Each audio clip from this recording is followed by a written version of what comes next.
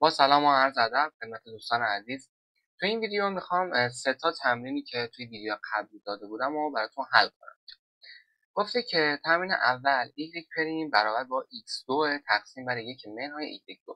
خب معادل تفکیک پذیر هسته، پس میگیم dy به dx برابر با x به توان 2 x به توان 2 منهای y به توان. خیلی راحت متغیر وابسته و مستقل از هم جدا میکنیم. میگیم یک منهای y2 در دی y برابر با x به توان 2 دی x. انتگرال بگیریم از طرفین میشه y منهای y به توان 3 سوم برابر با x به توان 3 سوم به علاوه c. اینجا ما معادلمون ضمنی هسته و بهترین جوابمون همینه و یعنی جواب ما مثل بکنم آخرین مثالی بود که براتون حل کردم که اونم جواب ضمنی شد. این جواب ضمنی هسته و جواب صریح نداره، و خیلی راحت هم حل شد. مثال دومی این بود که y در y پریم برابر با y به توان 2 x به توان 3. حالا بعضی وقتا دو رو انگلیسی می نویسم، یه جا دوباره دو فارسی می نویسم. حالا اینجا فارسی نوشتم بهش انگلیسی نوشتم. خب بزرگی خودتون اینو ببخشید. y به توان 2 x به توان 3 به علاوه y به توان 2 در x. خب اینجا معادله من اصلا فرم خطی اینو نداره، از همون تفکیک پذیر هسته.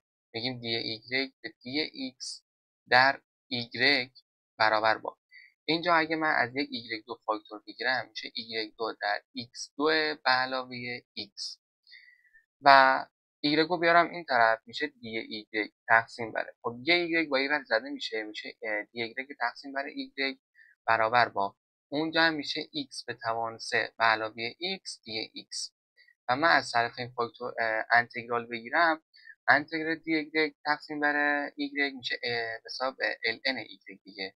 ln y برابر با انتگرال اون برم میشه x به توان 4 چهارم به علاوه x به توان 2 دوم به علاوه c.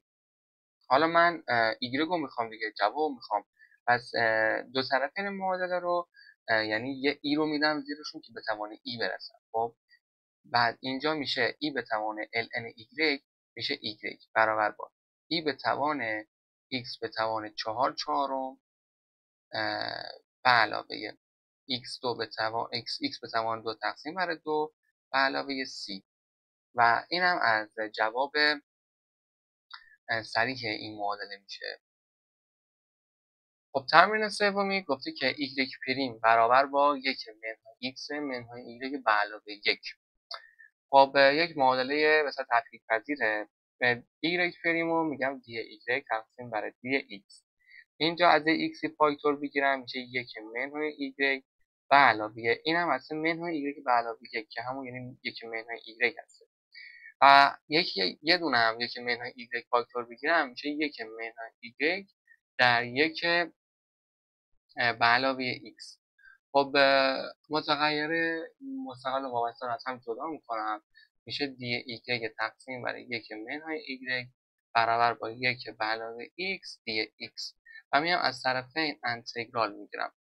انتگرال دی y تقسیم بر یک منهای y برابر با انتگرال یک به علاوه x دی x. خب انتگرال این میشه منفی ln، چون مشتق میشه منفی 1 میشه منفی ln یک منهای y برابر با x به علاوه x2 دوم به علاوه عدد ثابت c. بعد اگه عدد منفی یعنی منفی 1 میکنم، میگم که ln یک منهای y برابر است با منفی x منفی x2 دوم منهای c و به توان یعنی یه دونه ای میذارم زیرشون که بسیار y رو به دست برم.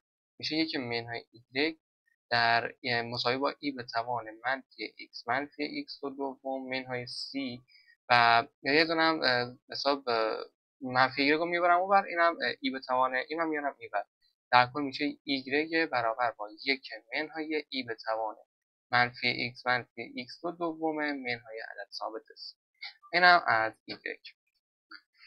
خب اینم از این سه تا سوال که مثلا توی ویدیو قبلی داده بودم که حل کنید.